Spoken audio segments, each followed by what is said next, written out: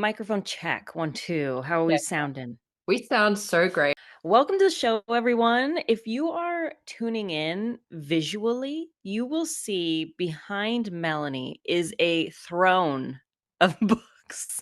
Melanie, tell us what the hell is behind you, how this came to be. Like, oh my gosh. First of all, holy shit, yes. There are, I think you need to tune in visually for this episode, honestly, to see the 50 copies of, actually 51, including this. This was a tester copy, of Uh-huh. Jingle These Bells. We did get a very exciting opportunity to a local printing company in Melbourne. So the Melbourne branch of Throbbing Quill had a very, although a win for the Melbourne branch is a win for all of us, you know. Mm. Yeah, we had our dear friend Katya actually connected me with them, and yeah, they have printed us 50 copies of Jingle These Bells, and she looks so good. Hang on, I'll get one down. She looks so perfect. Like, look at those It colors. does. Robin fucking killed this dude. Like, the Yeah. thing is, she really thought, this is why she's such an amazing designer. Like, she really thought about the depth. So, like, on the actual paperback copies of, and look how thick she is. I'm talking about the book Mm. now. And Robin's ass. Because this paper is like thicker, and so the spine is so she's girthy. She has a feel, and this gorgeous matte even cover.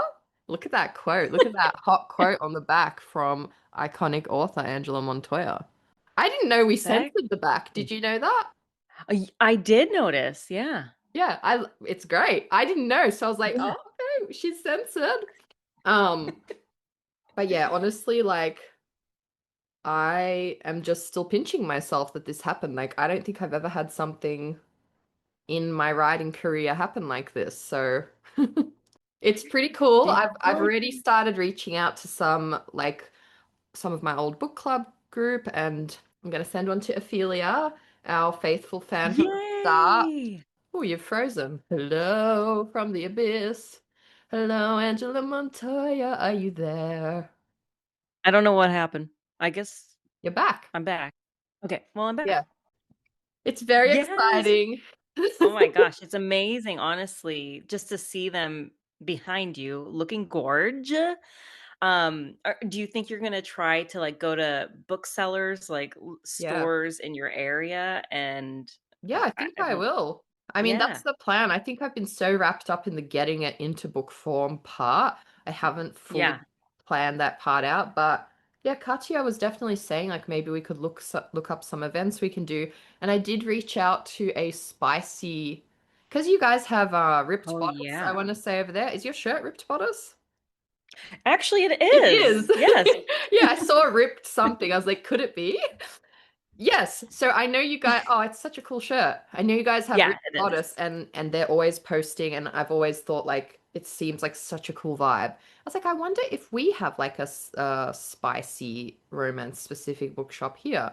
So I was Yeah. Googling and I found one like an hour away from me. So I've reached out to them to see if they want to stock us. And again, like one of the amazing things about having, so this is Folio Fox. I don't think I said the local Melbourne Mm, printer mm. is Folio Fox. So one of the like super cool things potentially about working with a local printer is I may be able to like offer bookshops a competitive rate to stock it. Like because if you print like via Ingram, which is what we did to send all the copies to our authors, you got a lot of your money is lost in postage. These days, like postage has become so like expensive, and we've chatted about this with Robin as well. Like it's become so expensive to post the books that as an indie author, you're going to lose a lot of money there. So yeah, in that sense, it's a really exciting opportunity where this has made it super accessible that I can get the book printed and potentially stocked locally and not lose a bunch of money. So exciting I on a love lot of that. fronts. I can show you this. Okay, first I'll show you this one first.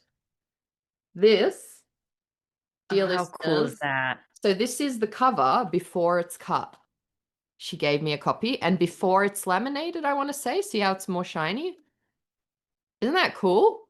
So she gave me Yes. that, and then she gave me, so this is when it's half cut and laminated. See how she's less shiny? So now that's that anti-scuff matte.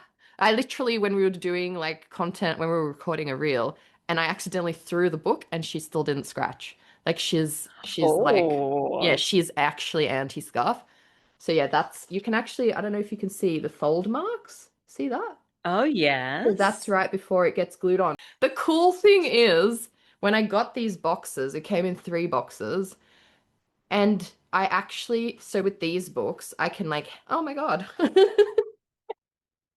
sorry, I'm chaotic. You asked me one question and now you are getting No, the no, keep going. I love this. I you're love getting the this. verbal content download of the century from my brain. But actually, I can show you because the box is right here. So on the box, and I took this very seriously. So, but luckily Tracy told me because I wasn't going to open them because Oh, it's wet glue. So it's literally was hot off. So they printed yesterday, and she actually drove all the way over to my house and delivered them herself. Three oh my boxes, like gosh. massive boxes. So I read this wet. So literally the spines are still like curing. The glue is still drying. So I can't actually with the this is really cool. She told me. So like with this one, this was like a sample copy. So I can do this, I can open it, read it, because we're not stressed about it. But with the ones, these ones, I actually was very careful stacking them not to open it because the glue is still drying. Isn't that something? It was funny So though, because cool, like eh? when you showed videos of the behind the scenes of it like being made, I don't know why I've never thought like, how is a book made? Yeah. Like I never thought like the details of you got to print, you got to cut, you got Mhm. to glue, and so it's been cool seeing the behind the scenes. Yeah. I had no idea they had to like Glue it. let the glue cure. I didn't think about it. Right? Honestly, I've got more videos from different parts of the process that I'm going to post over the days, but like I could watch those process videos for hours. Like I find it fascinating. And I didn't think about it either. I didn't think about the fact that when it grabs the whole book, and then I don't think we put that in the first reel, but I'm going to put in another reel. They knock it with a block to like line up all the papers, and then the whole machine comes and cuts the whole book. It's wild. Oh Like dang. it's Yeah. wild to watch, but yeah, so as you can tell, I'm pretty excited about this and like I Yeah. just yeah, I think this giggly nervous energy is just pure shock, overwhelmed gratitude that this has happened and yeah, and just like I think I'm just still pinching myself even that you, me and Robin are doing this together. Like it's really seems to be people are noticing this book like in a way that like is very exciting. Like I just saw someone in the comments on that printing reel be like they're like is this available? Will this be available in hard copy? Not hardcover, but like Oh. physical copy. And I was like it's available for pre-order now actually in paperback. And she was like great, just got all my girls' Christmas presents sorted. Like that's Yes. dream book pool. Hell Slay. yeah. Oh, yes. I can't wait, to get my copy. Yeah, I It's supposed to be know. Poor arriving. thing. Is it arriving today? I've actually been No, tracking not yours today, as tomorrow. well. Because I was Yeah. like, Like, it was funny because Carrie posted her, like, whoops, that she got hers, and she was, like, posting her video, and it's really cute, and she was like, "Yeah, I'm probably the so last one to cute. get that," and I was like, Nope. girl, us Californians are still waiting. Yeah. But yeah, it says tomorrow. So thank goodness because I bought two. So I want to bring one to Steamy Lit so I can give it away.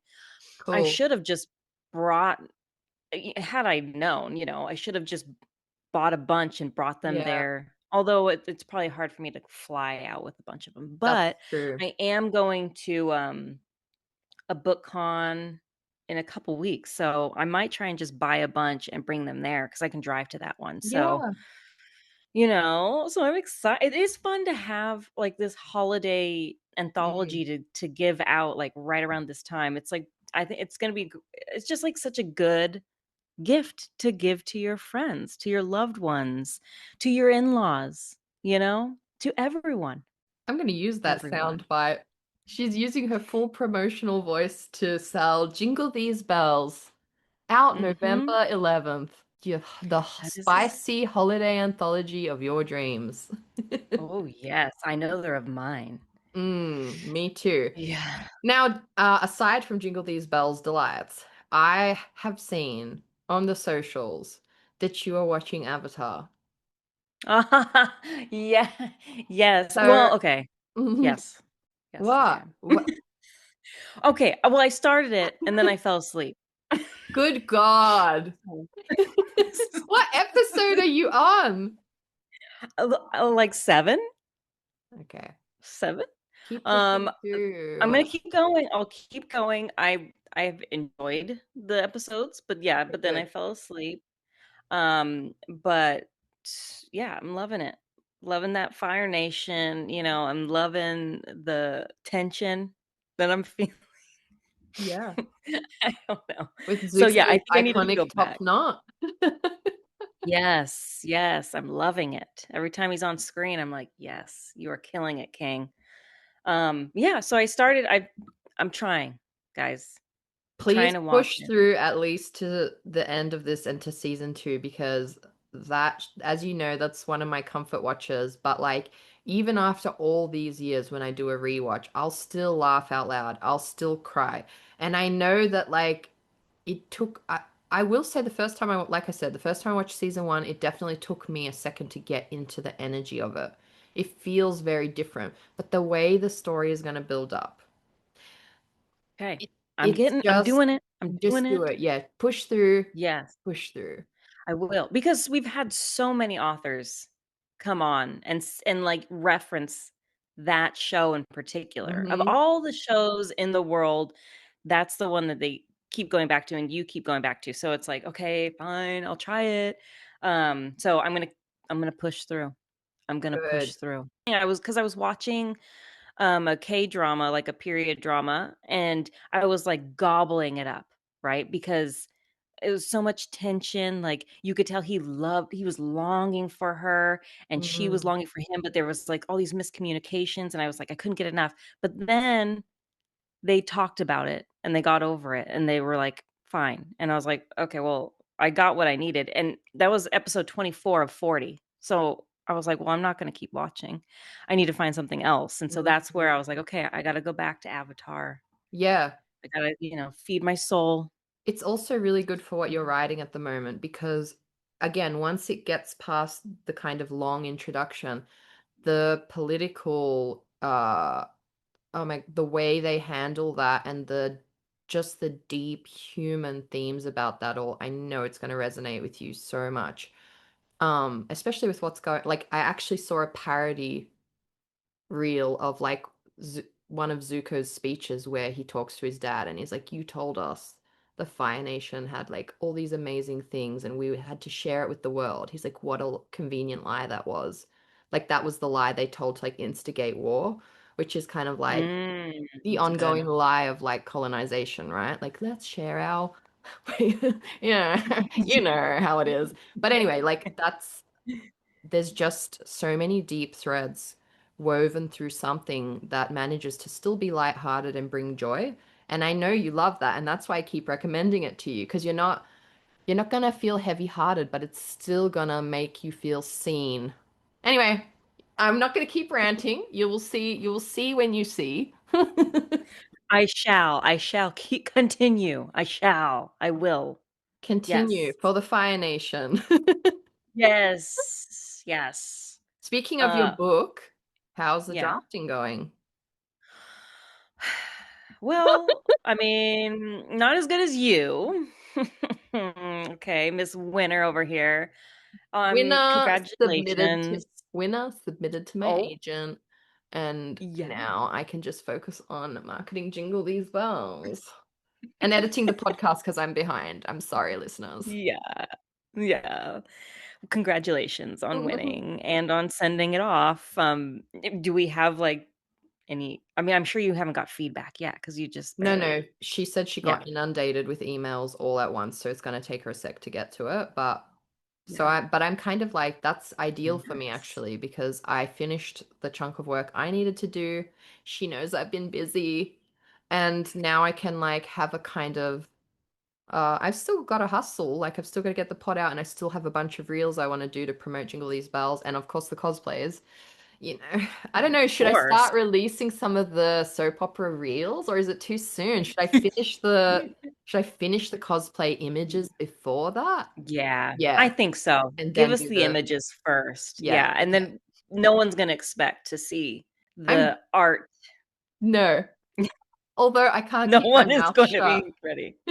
I can't keep my mouth shut. I was in Honey's DMs the other day, and I'm a blabbermouth. I'm like, I've got reels, and same with Gabriel. We were chatting the other day, and he was like saying something about the cosplays. I was like, I've got reels, and yours is the spiciest Oh, yeah. because we passion that Oh, one. yeah. Oh my God, I can't freaking wait. I can't wait. The world will shudder. I can't wait By to the do time, yours. honestly, oh my God, I can't wait to see that one. I think by the time too, like you finish with the photos, Mm, it'll be like November 1st. that's So it, that's eh? when it's like it's Christmas time. Mariah Hmm. Carey has been defrosted. It is the holiday season. That's it. That's So like yeah. how I love that you brought up Mariah, because that's how you know the holiday season has started. Because you hear her dulce tones somewhere in Walmart, Yeah. probably. Yeah. Always, everywhere. She is the queen of Christmas. So, yeah, I can't wait to see all of Yeah, I'm gonna your hustle now and get more up. yes. Okay, well back to you were asking me about my Yeah, draft. sorry. No, no. It's fine.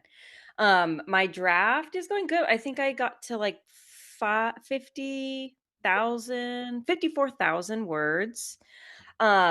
So like Damn. yeah. So like I'm at like the last chunk. Mm, Of course, obviously, like we were talking about with our amazing guest, it's so messy, this zero draft. Like it is really a zero draft, but I've learned so much about the lore and the characters and all that mm, stuff. So it's like I'm so glad that I just rushed through this draft and got to know everything. So I want to try and finish it within the next couple of days, although I have Steamy Lit that I'm heading off to. So that's like a whole chunk of time. mm. So probably by next week I'll finish it and then I'll put it to rest and then work on a few other little things first. But um I'm excited. I think once I like really nail it down and get the bigness of it, because I want it to make it like I Mm. want the fight scenes and the serpents and all of it just to feel really big and really exciting and scary. So I'm just like I'm taking my time. I'm like, prowling towards it. I'll get there. Prowling to the Yes, I'm end. prowling. Yes. But we've been going back and forth, my editor and the team, Mm. on titles. Oh yeah. How are we Oh doing? my gosh. Well, I think we have come to one, but it took us so freaking long. Like it was really, really hard to come up with like I'm not good at coming like Sinner's Isle was the only title I came up with. And I And love that's that one. because it's just the name of the island. Listen, you can't be good at everything. You can have something you're Yeah. shit at. You're shit at titles. It's okay. I, It's sh- I sure allowed. am. I sure am. And it's like everyone and all the titles that I came up with, I was like, "Oh, this is a cool one." And it was like already a title of a book. And I even had to ask a friend because I was like, I thought of this like title, I really loved it, but then it was like almost exactly like a friend's book title, but with like one word off. And so I messaged her. I was telling you this. Like I messaged her and Yeah. I was like, "Hey, what do you think about this?" Because at that point, I Mm. I couldn't judge like the humanness. I couldn't judge what was right and not right or like how people Yeah. would feel, because you just never know. And so that's why I was like, I'm gonna just message her and see. And as I messaged her, I messaged my editor as well, like, oh, this is close to my friend's title. So even while I was waiting for my friend to reply, my editor came back, was like, "Oh, well, then let's not use it, obviously, Mm. if it's close to your friend." And I was like, "Oh, okay. That's the human response." I I couldn't tell. And my friend and I like talked about it, and and it was kind of like, yeah, it was pretty close. And so I was like, okay, I'm just gonna go back to the drawing board. Yeah. And so we have been on the board. We have been drawing, scribbling, marking. So yeah, I think we came up with a title, but I'm not gonna say it yet because I don't know if we did. I'm so fucking excited about this book. And again, I'm Yeah. just gonna say one more time, I'm so excited you're watching Avatar because it really I think is gonna play into all the things you keep telling me. Like because it's got those fight scenes and everything as well, and like the push-pull of like good and evil. I think it's gonna be the perfect thing to watch while she rests and then, Yes. you know, yeah. Okay. So then I will not bring my computer to Steamy Lit. I will just watch I think that's Avatar. You know what? That's your homework. I think that's very smart. And I think it will just. The other thing is something to consider. And I think, I don't know if you think about this as well. Sometimes I will watch, even if it doesn't specifically hit all my cloaca chakras. Sometimes I'll watch the viral thing or the thing that's beloved to everyone to understand what that emotional pull is to Mm. all of them. So I would say, just as your, writing partner or whatever, your partner through this journey, I mean, whatever, I Yes. don't know, you know what I Yes. mean? I just say that in that way, even if you do find it's not hitting for you, it could be helpful in that way. You know what I mean? Yes. And just learning storytelling and because obviously something in the way that they wrote these characters, the Yeah, world building, the storyline, like has become a thing that so many people love. So it's a that's what good I thing to mean. just study. Yeah. That's it, eh? And I think it's a masterclass in like especially like I think like as they go on in their journey and they get older, it will hit different for you. Shall we Yeah, read that sounds Chloe's good. bio? Because we had a Oh yeah. goddamn baddie. Oh my god, yeah, we did. Like literally. It's a race to find her bio. Find it now, find it now, find a Find it. cow. Oh, Don't okay. let her That's a have bonus. mad cow's disease. Okay, I have it. I You have have it. I it. have it as well. Ah, you. I can do it if you want. Okay. No, I'll do it. You Oh do no, it. well, Off you you probably go. want to see. Okay, okay. Chloe Gong is the number one New York Times bestselling author of the critically acclaimed Secret Shanghai novels, as well as the Flesh and False Gods trilogy. Her books have been published in over 20 countries and have been featured in the New York Times People Cosmopolitan and more. She was named one of Forbes 30 under 30 for 2024. Chloe graduated from the University of Pennsylvania with a degree in English and International Relations. Born in Shanghai and raised in Auckland, New Zealand, she is now located in New York City. You can find her on Instagram, X, and TikTok at the Chloe Gong. She is represented by Laura Crockett. Her next book is Cold Wire, the first installment of the YA cyberpunk dystopian trilogy. Available everywhere books are sold on November 4th, 2025. Damn. What a Yeah, badass. damn is right. You know what? I kind of just saw the end of the bio about her living in Auckland, New Zealand, and I zoned in on that. But sometimes it's good that That's I all you didn't cared read. about, Sometimes it's good that I didn't read that closely beforehand because I would have been so starstruck. I was starstruck, right? but like Yeah. at the same time, I'm just like, damn. You As a bad, bitch. Yeah, and she's just such an amazing human as well. Like I genuinely feel like yeah, smarter and a bit healed from the traumas of the writing Yes. worlds. Oh my gosh, no, for real. It was really, really nice hearing her writing techniques and Mm, how it's changed over the years. That part to me, I was like, okay, I feel because as you know, everybody, I am zero drafting. So it was really nice to hear she how she does it. And then it's yeah. okay to do it in all the different ways, really.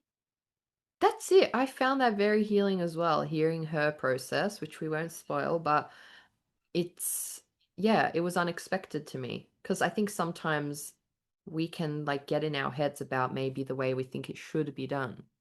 But like Mm-hmm. sometimes there's no should be, and it's always just really like, I don't know, like it just makes me feel seen that like a lot of us, most of us in this industry, from what I see, we just did it scrappy and chaotic and learning on the go, you know? Do you know what I mean? Like, I think we Oh my all, God, yes. I know people do get degrees in whatever they get degree, fine arts.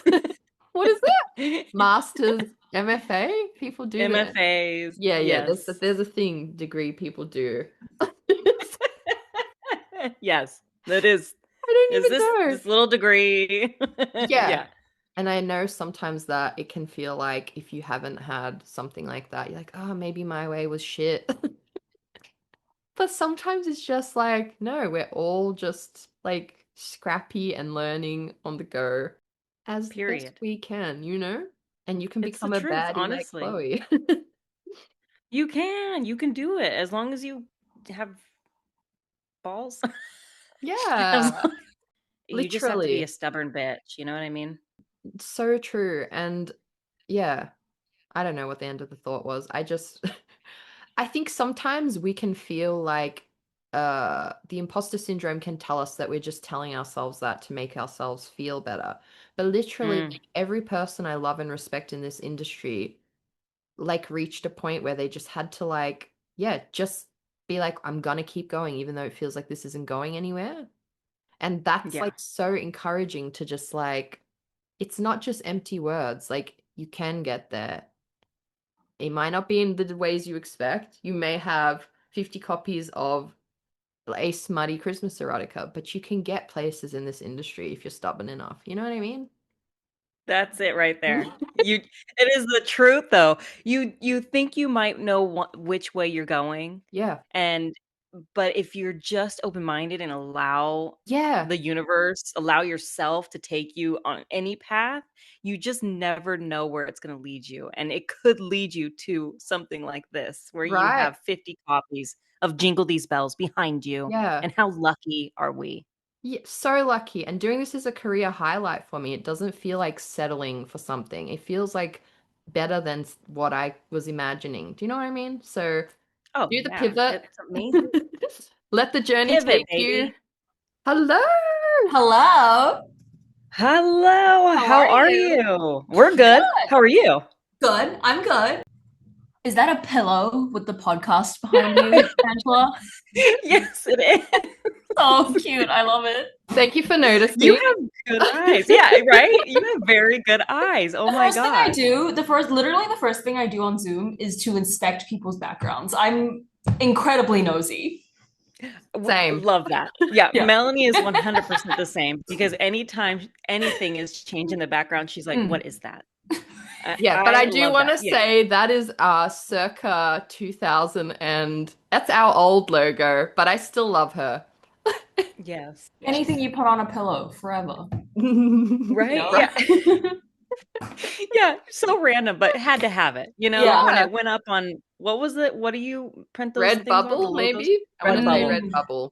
Love Yep, had to Redbubble. have it. Yeah. Yeah, gotta have it. Yep. Well, thank you so much for taking the time out of your wildly busy schedule to hop on a call with us. No, of course. I'm It's so so exciting. excited. Oh no, no, no, no. We are excited. Our I'm sure our listeners are just jumping as they're listening to this while they're doing whatever they're doing. I'm not going to Yeah. imagine what they're doing. We probably don't want to know right now. On the Yeah. toilet, in the bath. I have Yes. to say I do a surprising amount on the toilet. It's probably wrong, but my good friends know. I'm just like, by the way, I'm voice Yeah. noting you while I'm pooping. Enjoy. You know what? It's multitasking. Yeah, It's true. only the It's good very, ones very get true. those special messages. But yes, Yep. we That's how are. you know. Yeah. Yes, we are Mhm. so excited to have you on the show. And speaking of strange things like texting while pooping, I would love to know what is the strangest thing you own? Okay, so very relatedly, actually. Ooh. See, now you guys are thinking, where is this possibly going? I spend a lot of time on the TikTok shop. I'm like Mm. somewhat addicted to it. It's really bad. I think the algorithms have gotten to me, unfortunately. But Mm.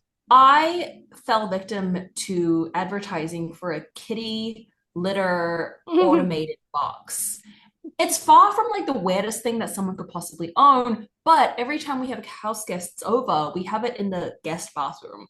And so they walk in and everyone who's visited us has been like, "What is this alien contraption in your bathroom?" We're like, "That's Mama's litter box. It cleans itself. It rotates and then it drops all the poop off into a little baggie. And all we have to do every week is take the bag out. We don't have to scoop. We don't have to do anything. It's probably like the best thing that I've gotten advertised for on the TikTok shop, but like no one gets it. They're like, why do I you have mean, this thing? It looks horrendous, but that's probably the weirdest thing I own. it sounds I love that. groundbreaking. I feel like Yeah, other people are gonna hear this and be like, my God, I need one right. now. So if anything, I should become an ambassador for the TikTok shop on this app. Yes, Yeah. you And very should. poop Well, and that's the related. thing. Yeah, right. It is Yeah. perfectly related. That's the thing with the TikTok shop because you just never know. You You never don't. know what's coming, if it's going to actually work. So you are the ambassador. Like you are Yeah. telling us all Yes. we need to get I this, know. basically. And I'm the human testimony because Mm, otherwise it's the algorithm that knows you before you know you need it. But here I am mm. telling the people if you have a cat and you don't want to scoop the litter anymore, you need this litter box. Yeah, I should you be an ambassador. They you should be paying should. me for saying this. I mean, you've done a good job. I want one, and I don't have a cat, so great work. You should train your dog to go in there. I'm That gonna that get a Yeah. might work. cat just so I can get the cool Just to litter use box. this. I love that. I think that's great. Yeah, on the TikTok shop, it gets me for the most ridiculous thing. I got like a random, it's like a holster, right? But instead of Yeah. like you put your phone in there, you could put your beers in there. America. Yeah, yeah, just in case, you never know. You're on the go. Yeah, yeah, yeah. Of course. Yeah, Yeah. so I got it for my partner and his uncle. So I thought, hey, when you guys are playing cornhole, Mm, one hand crack it open, the other yeah. hand you're throwing the beanbag. So yeah, TikTok shop for the Just win. the I modern love it. age is beautiful It Mm. is. It is. It's beautiful and scary and and wonderful all at horrible. the same Yeah. time. Yeah. Okay, well, what is something that you think about way too often? Oh my God. Prion diseases.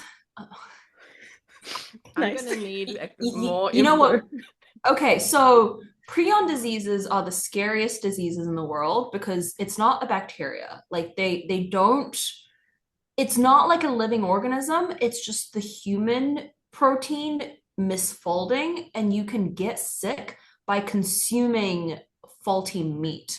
So mad cow disease is a prion disease that spreads in cows. I think the one in sheep is called like scrapie or scraping, something like that. There's chronic wasting disease in dares. It has not really hit humans yet in a contagious way, but there is a type of prion disease in humans that people have gotten before from eating cows infected with mad cow disease, or if they eat like human brains, sometimes they'll get it because well, like the protein misfolding will happen inside them. But when you are infected, you don't know for another 20 or 30 years. You could just drop dead one day because your brain started growing holes and you were infected 20 years ago. There's nothing you can do about it. And if there comes the day that a prion disease mutates and starts spreading, like through saliva, through the air, we're fucked. That's a 100% death rate pandemic. So I think about that a lot. Good God. Now I I will as well. same. So this is why, well, okay, this is why I only buy meat that's grass fed now, especially in the US. I don't buy meat that is like mysteriously fed other things. And like this is why every time like Americans are talking about their meat, I'm like, at home in New Zealand, everything is grass fed. Like we have really good meat. And You they do. yeah, yeah, like hair As I an actually have to look for. Australian, I mean, not me, but as an Australian, I will say New Zealand. I saw that in your bio, and I definitely want to circle back to that because hello, sister. But your dairy is lit because your cows Yes, oh eat my God. grass. But Oh isn't yeah. that because I think I also fell down a rabbit hole. I didn't know they were called prion diseases, but I Mhm. was obsessed with researching mad cow disease. And as I understood it, Mhm. it comes from cannibalism, basically. So the cows Yeah. got it from, as you're saying, like dodgy farming, feeding them back the Yes. ground up bones of their dead Yes. siblings. And Yes. then they Like developed it. technically, yeah, technically it's illegal now because there were Mm, outbreaks of mad cow disease, but like we can't stop the farmers from just feeding cows more cows, but that's mm. how a lot of the outbreaks will happen. So yeah, good grass-fed practices and organic practices happening down under, great meat. Up here, not so much. We Yeah. need that to be a rule across the board. We do. Please. But it's like, unfortunately, if they want to cut costs somewhere, they're like, all right. They'll eat Yeah, it. this feels like the most American sort of like disease. Am I right? Like it just feels like it just belongs here. There have been outbreaks in the UK too. They're There not, have. the US is not alone. Yeah. Basically, if I'm traveling Just feels outside right. of Australia, I'm vegan. Oh yeah.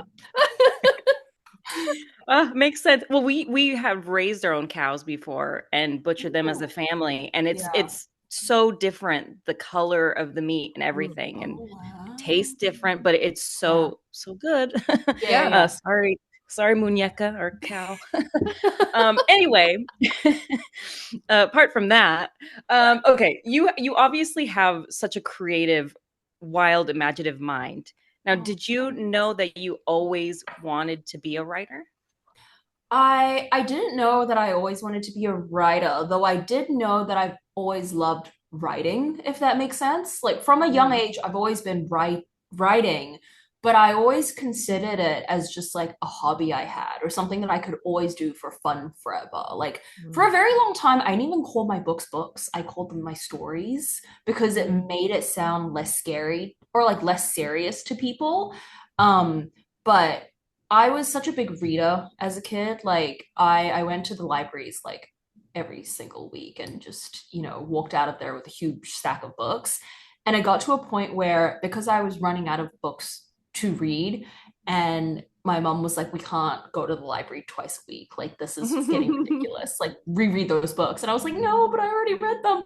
I got into writing because I loved storytelling for like the escapism and like this was during the time of like the YA paranormal boom and like the YA dystopian boom and like these stories were so addicting like for me as a teenager that I just thought, okay, like I've run out of books to read, like why don't I just write my own like chapter by chapter like every day and see where it goes from there. And I did that for like years up until I was applying to the US for college and I thought maybe I'll try to get this one published. And even then, I was still calling them like stories. I was like, let's just see like what I can do and whether this is something that I can pursue.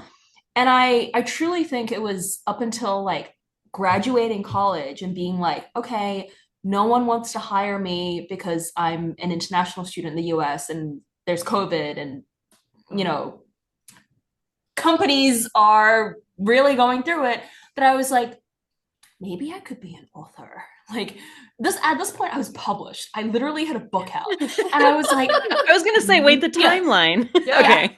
I literally like my debut These Bound Lights was already out.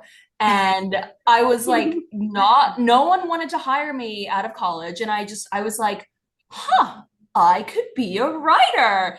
And that's how I had my epiphany moment and I went into being a Wow. full-time author. Oh my God. I love this story so much. I love the like kind of, yeah, but isn't it crazy that like you come out of this thing that you were training to do and you couldn't find work? This is almost like the reverse of like a lot of the stories. Oh Do you know yeah. what I mean? That's what I'm trying to get to. My brain got there in the end. It's definitely very unconventional. I feel like most Yeah. people go into the day job and then they go into the writing. But because I had started so early, I just always thought that like writing something I'm always going to do. Let me find the other job so that I can like, Mm. have stability because writing is a very unstable career. It's one where like you don't know when you're getting paid next. You don't know when like this contract is going to finish out, when the book is even going to come out. It's not up to you. So I was like, it would be good to get a job. But then unfortunately, it was 2020 and my writing career was going better than what other career that I could possibly get at that time, which was Mm. nothing. I love this for you. I Same. think it all worked out. It worked out for us readers. It worked out for everybody. I love this. So, Mm. when did you like, how did you get to become a published author? Were you querying when you were in university? Like, can you take us through your publishing journey? Yes, for sure. I started querying after I finished. I started querying very quickly. I have always very quickly for that book, not in my, Mm. general span of my writing career. I have always been so pre my debut. I had never really learned to write like a manuscript. I'd always been writing the what was technically a first draft of a book, but then I Mm. would kind of write that book and I would just put it aside and move on to the next one. Because I was mostly treating it as a hobby, I didn't think about what can I fix, what can I improve, what plot holes can I plug up. It was always one and done, and I would just leave it aside, move on to the next because it was the process of writing that I loved so much. It wasn't necessarily how do I make this book as good as it could be, because again, I didn't even call them books at the time. So it was with my debut, These Mountain Delights, that I actually revised for the first time. And I didn't really know how to revise. I think it was a matter of I'm just going to ask people for their opinions. I'm going to ask them, does this make sense to you? What do you think I should add? What do you think I, didn't explain well? And up to their feedback was all I could really do for that book at that time. And so, I really think as I was querying, it was I mean, I always say this to people, like the book doesn't need to be perfect because God knows at that time that book was far from the published version that people would eventually see, but it had a hook and it had something there that I think, my eventual agent saw that she thought was interesting. And so I want to say I'd written the first draft and I maybe revised it roughly for like, I changed some things here and there, but it wasn't a rewrite to a point where nowadays my revision process is so horribly like convoluted because, the further you go into this career, the more of a perfectionist you become.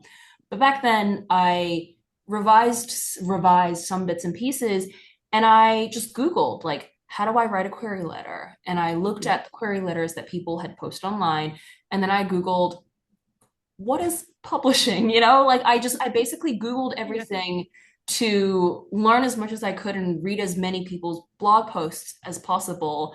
It was a different time back then. This was like Mm. 2018. And nowadays it's so hard to do this because of like scammers and AI blog posts and like, you know, website scraping. So back then that was it was a different world. I Mm. really, really, credit a lot of my early understanding to people just posting about their experiences because that was how I learned to write that query letter. And then I just sent it out to agents and I, got a few offers. I went with my agent Laura because she really got the essence of the book. I revised it with her. And at the time we're kind of like, there's a lot that we could do here, and let's do something, send it out, see what it's like. And I then had an editor who really saw the vision for it, and she said, "We need to make this two books. This is not one book. We have to expand into two books." And I was like, "That sounds like a lot of work, but okay, I trust your vision." And we ended up with that imprint, and the rest is history from there. Oh my gosh. I love that. I love that your editor was like, no, we need two. Like, Mm. it feels Well, like, again, especially almost never now, happens. They right? tend to say two into one or like three into two. Yeah, Yeah. that's how you know, like, okay, this is a good one. I'm going Yes. with a good one. Okay, you mentioned how your editing style has changed Mhm. and even I'm sure your writing style. So can you tell us like what you've noticed has changed in the way you write stories? Because you've got so Mm. many. You've got books. So how have you changed throughout the years? Oh my God, I've changed so much. I mean, it used to be that I would plan very, very extensively, and my first drafts were a lot cleaner. Hmm. Um, and of course, that tended to be the case because I only would write a first draft. And in my head, that was like, okay, that's the final version of the book. And again, story. And I would just like leave it aside and that would be that. But as time has gone on, I found that what works for me more, but is harder ultimately is that I'll write a much messier first draft where I'm just kind of figuring out what the story is. And I think for like the last three books I've written so far, I've completely ripped it apart from the first to the Mm. second draft. I do something that scares a lot of people where instead of working in the draft as I revise, I just open a clean document and I start again. Ooh. And yeah, it Oh, freaks people out. They're like, what the yes. hell is wrong with you? But I mean, I find that it helps me because then I'm not bound to how I phrased it in the first draft. I'm not bound to the structure that I did back then. I can Yeah. pull from it accordingly, but otherwise I just start again because Mm. now I've done it once more and I've kind of it's like walking through a dark forest. Like I've shone the flashlight around and I kind of know roughly where the path is. And I'm gonna bump into a few trees along the way, but like at least I know where I'm going because I walked it once already. Mm. Um, weird metaphor, but in any I case, love it. I No, love it it. hit. It was good, honestly. um, yeah, I mean, I think a lot of that is just how I've learned to write over the years. A lot of it is also because of like publishing timelines. Like, I mean, publishers, they want to see what we're up to, which, I'm sure you guys are also like, you can attest to the stress of deadlines, right? It's like they sometimes we need to show them stuff before we're actually ready to show them stuff, but we're like, okay, Mm. well, better to show them something and to keep going along with it. And I've gotten to a point where it feels as though it's worthwhile to show my editor a horrible first draft so she's clued in on where we are rather than holding it hostage and only showing her the third draft because then they have no idea what we're up to. And Mm. I think I think 10 years ago I would not be able to fathom that because it was so embarrassing to show people something that was rough. And now I'll have the worst chapter in the world and I'll send it to my editor and be like, "Here." Yeah. I find that really encouraging to hear. And I know even when Angela will send me something, she's like, it's really rough, it's really raw. But I think actually when you work with someone for a while, I'm like, no, I can tell your storytelling's always amazing. And even what you're calling a shitty draft is epic. Like you can see through like the typos and Mm, whatever. Because I think with amazing storytellers like yourselves, like the story is there. You're always telling like the bones of like a good story. It's just like we polish it up over revisions, right? But mm. I'm still like in awe that you like kind of basically write like two entire books. Like so, like you do it again with the blank. I am in awe of that. I the thing is, I'm trying to stop doing that. Like, I think I only do that when my first draft is really bad. Like, in the sense of like all the threads are there of what I'm trying to do. Like what you're saying, like a good editor, a good like early reader is able to see past that. But I think when the prose is so ass, like it is really hard to like get to it in a way that's not like starting completely again. But I'm trying to stop doing that because I think it takes me way longer and I would just like to have a better first draft going forward. Yeah. And honestly, I live for those kind of like soap opera lines in the early days anyway, because it kind of, you know what I mean? Like the early drafts, it's a bit more soap opera and it's like, but Yes. I Oh, for sure. love you and Yes. I have been dreaming of you forever, you know? Yes. And but I live. There is a certain amount of drama in first drafts because you kind of just write it at its rawest, right? Like you haven't actually like whittled it down to make it not cringy. You're just like, okay, we're just gonna go with it. Yes. Oh my gosh. Literally. I call it a zero draft because it is so Mm. messy right now. But it's so dramatic and it's only dialogue. Yeah, yeah, And like I probably won't even know who's talking to who when I yeah, read it back. So I like the idea. I love your analogy of just like Yeah. having the flashlight in the forest and just like yeah. taking the goods. I love that. I think it would take longer, but I also think that it's so valuable. Like even just telling yourself the story that first Mm. messy ass draft and like giving yourself the permission Yes, to be dramatic and to have the messy prose and all of that. for I sure. love that. Do you have Mm. any tips on how to write good prose? Because that is something I really want to. I want to learn how to do better. Like I want to work on that. God knows. I Yeah. feel like I feel like it takes me I feel like it takes me at least three drafts to get to Mm, pros where I'm like, okay, now we're cooking. Like I feel like Mm. first draft, second draft, I'm like, oh, it sounds like a toddler's writing this, like everything's so clunky. But I feel like as time goes on, and especially I've struggled with this a lot for first person. So Cold Wire was actually my first return into first person for years. Like from These Oh. Round Delights up until everything I've written, like from now, has been in third person. And people might disagree with me about this, but I feel like third person is easier to write because I can adopt this kind of like author voice. Like I can sound relatively the same across chapters, across books, Mm. because I'm narrator. I'm omniscient narrator. But Coldwire suddenly was in first person and in two point of views at that. And suddenly I had to actually write from the character's voice. I had to write the world as if they were seeing it. And I struggled so much more with prose because everything sounded clunkier while I was trying to imitate, like be that character. And it took me like three drafts to even make the two point of view sound different. It took me three drafts to even be able like to balance the kind of like poeticness of like writing that I enjoy doing, and also like, is this true to the character? Because it takes me that long to even figure out who they Mhm. are. Like first draft, they're all just, I think I said in an email to my editor, I was like, I'm so sorry. These are just talking sticks right now. Like for the purpose of the story, they're just sticks talking to each other, and I'll give them personality in the next draft. I promise. Oh my God. It's like Yeah. I'm really thinking of that quote now, like easy reading is like damn hard writing. Like we really have to Mm. contort our words because the way it like naturally comes out of our mouth. It's like actually even taking like photos and stuff. Sometimes if I just take a natural photo, I'm like, "Oh my God, I wasn't angry at the whole world, I swear." And like Mm-hmm. to actually convey the emotion you wanted, like say if it was for a video or something, you kind of Yeah. have to like go into an awkward angle and twist. Right. And like now it's like, here I am. You know what I mean? For sure. Yes. Yeah, exactly that. Like, no, this is healing to my writer soul as I've been battling through this draft. I needed to hear this. Yes, it's like the Tyra Banks. You gotta learn how to smize, right? Mm-hmm. I freaking love this. So thank you for feeding me at Writer Church right now. It's Yeah. healing my wounds. I want to talk more about Cold Wire though. Like the cover even looks so different. It's so Mm-hmm. cool. Like, I can love you it. tell our listeners what it's about? Yes. So Cold Wire is my first foray into the futuristic. I've been in historical fantasy for a little bit. I've been in historical inspired fantasy for a little bit, but this is my first move into this kind of like cyberpunk dystopian sci-fi realm.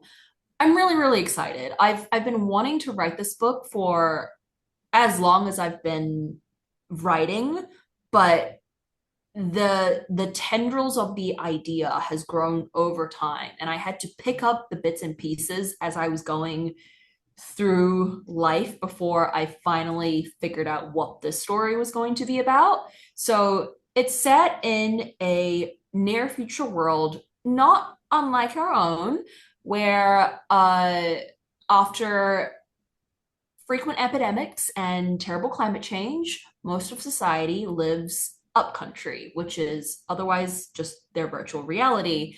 And for anyone who can't afford this subscription to go upcountry, they're downcountry. And that's just in the real world. And there's a mega corporation called Nalacorp that invented this virtual reality realm. They also basically control everything in this world. They make the phones, they make the internet, they are the private military that the country uses. And we follow two protagonists, one upcountry and one downcountry. So, upcountry, you've got Leah, who's a cadet in her final year of military academy. She ends up on assignment with her academic nemesis, and while they're competing for valedictorian, they find themselves in a really complex conspiracy that they did not expect to stumble onto. And meanwhile, downcountry, you've got Ireli, who is in her first year of being a corporate soldier for Nalcorp, and she gets framed for treason by the country's most dangerous criminal. Except as they're going through life together, because now she's on the run and he's like, haha, you have to join me now, she feels like she knows him from somewhere, and she is missing a few weeks of memory from the last time she was in the country where they're fled to. And it turns out that there may be more to this conspiracy than meets the eye. So I like to say that Cold War is almost two books in one, but then the storylines start to interweave in an unexpected way, in a way that I have really enjoyed seeing readers try to predict. And some of them predict half of it, some of them predict the other half of it, but all most of them have gotten to, you know, the interweaving part and been like, what the hell? So it's been so much fun. I really had the time of my life plotting this book. Oh my God. This sounds like this sounds fucking incredible. And I need it like yesterday. Wow. Like honestly, you had me on tenterhooks. And I'm like seeing the movie. There needs to be a movie of this. Absolutely. Like there needs to be a Oh 3D my God. movie. Hollywood, call me up. They need to call it because obviously I need the movie. So just for me, they need to make it. Yeah. But I do want to ask you, what do you think has been the hardest part of this journey for you so far? Mm. Oh, everything. I'm kidding. Oh no, that's a valid Relatable, answer. relatable. Yeah. Um, I would say it's been hard pivoting into the space in a way of like, it's obviously easiest to do what feels familiar to you. And for a very long time, I've been working in the historical fantasy space. I've been working in a space that felt relatively well known. Like fantasy is really having a time. YA fantasy 5 years ago was kind of like having a big boom. And Mm. then I suddenly was trying to do sci-fi, and everyone around me was like, "Ooh, YA sci-fi? That's adventurous." And I was like, I know, but I really want to do this story. Like I think we should give teenagers more credit when it comes to reading science fiction and reading, books that might feel harder to understand because teenagers are really, really smart. Um, and something being complex doesn't necessarily mean inaccessible. Like I think teenagers Mm. are looking for these stories, especially when they're mostly character driven. There are parts of Cold War that are quite, tech based, but I was an English major. Like I promise the tech is like understandable at the end of the day.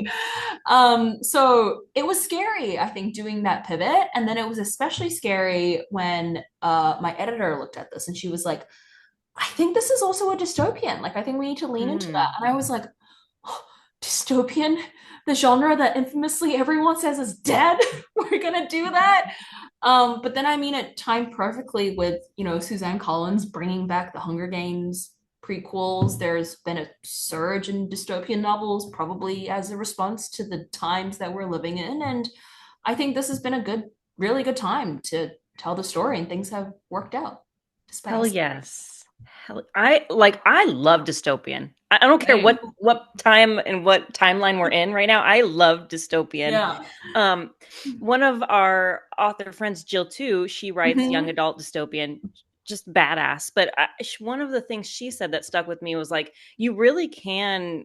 It's kind of not. It's pretty easy for fantasy readers to blend into dystopian Mhm. or sci-fi because if you think about it, like we're still having to learn entire magic systems Mhm. and understand the intricacies there, and so you can kind of shift it and think of it in that way. And I was like, oh, that makes Yeah. so much sense. And I really and truly love sci-fi and Mm. dystopian. I love how creative Mm. the like authors are, and every single time, like, God, you guys are so smart, like you're so good at this. It It's really, so impressive. I really feel like it exists in the same. I mean, there's a reason why it's science fiction fantasy, right? Like they are just the same sections of. They're different sections of the same genre. I feel like maybe dystopian now sounds more threatening than fantasy because it's like, oh, it's they're real issues. But it's like fantasy is also incredibly real. Like, what do people Mm. think that, one colonizing empire descends onto another? Like, what do you think that's an analog for? Like, fantasy is just the same.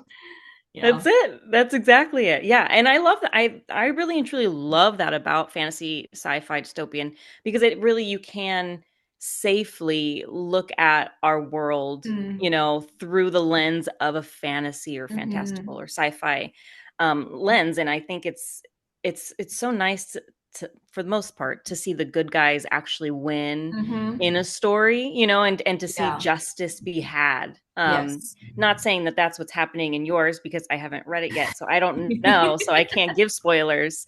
But it's on my shelf, so I will be reading it. I can't freaking wait.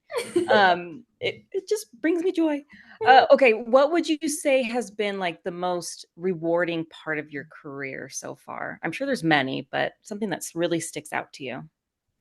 Goodness, what a question. I mean, I feel like in general, like, of course, there have been so many instances in the time that I've been doing this, but in general, especially to write in the young adult space, I think being that safe space for teenagers, being the first book that they've read to see themselves in some way, you know, whether it's that they've never read a story set in 1920s Shanghai before, like speaking the language that they've heard at home, whether it's in representation for like sexuality or gender identity, there there is something so special about being that piece of art for a teenager to really hold close to their heart because I remember what that was like when I was growing up reading YA. Like I remember how much I made something my personality when I felt like it spoke to me in a way that nothing else had or even could. Like there was just something so immediately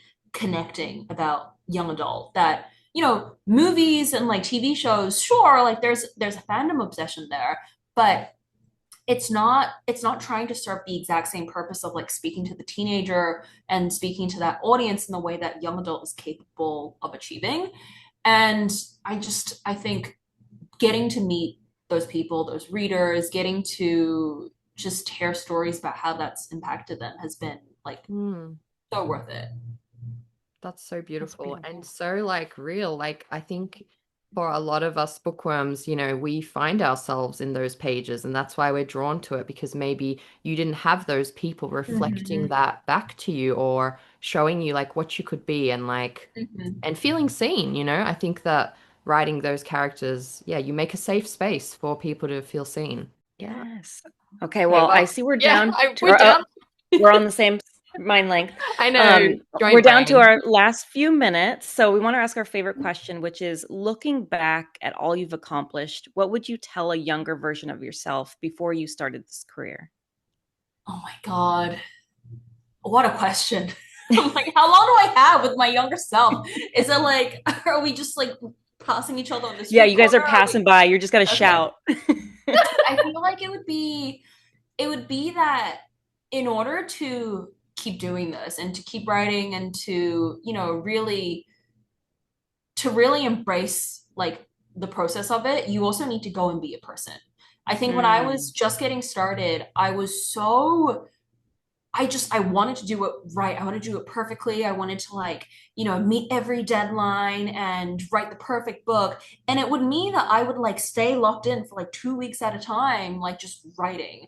And it meant that like what I was writing was eventually going to start turning more and more stale. I was going to get more and more burnt out because I wasn't seeing the world and responding to the world. I was just writing as if that was something I could just pull out of myself. But I think I've tried to get a healthier balance. I don't know if I've been that successful, but I would just want to remind my younger self that art is a response to the world. You have to get outside. mm.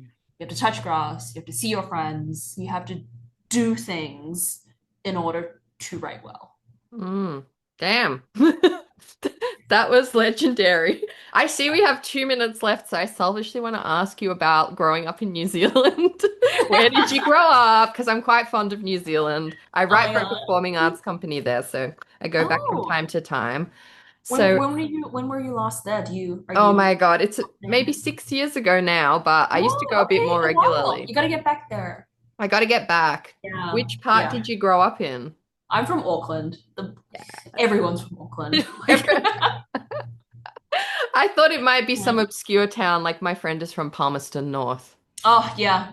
Anytime someone's from New Zealand and not from Auckland, I'm like, wow, that's Wow. yeah, but no, I'm from the North Shore in Auckland, infamously where Amazing. Lord is also from. So Mm. that's my claim to Aha. fame. I see. It makes sense. Just kidding. Yeah. I have. Yeah, you froze in a very Oh, hilarious way. sorry. Yeah. But now you're I'm back. sure it was great. I'm sure it was great. Good timing on my end. Well, honestly, it was just such a pleasure to chat to you. Honestly, I feel like smarter and healed, you know? So I Wow. appreciate you sharing That all is, your...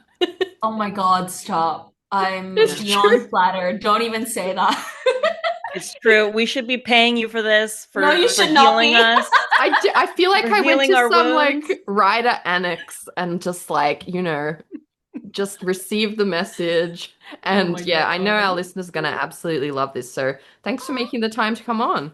Of course. Thank you for having me. Thank you for great questions. I mean, how do I give answers without great questions to go off of, you know? Oh, you're right. You know what? You are correct. They were so good. Yeah.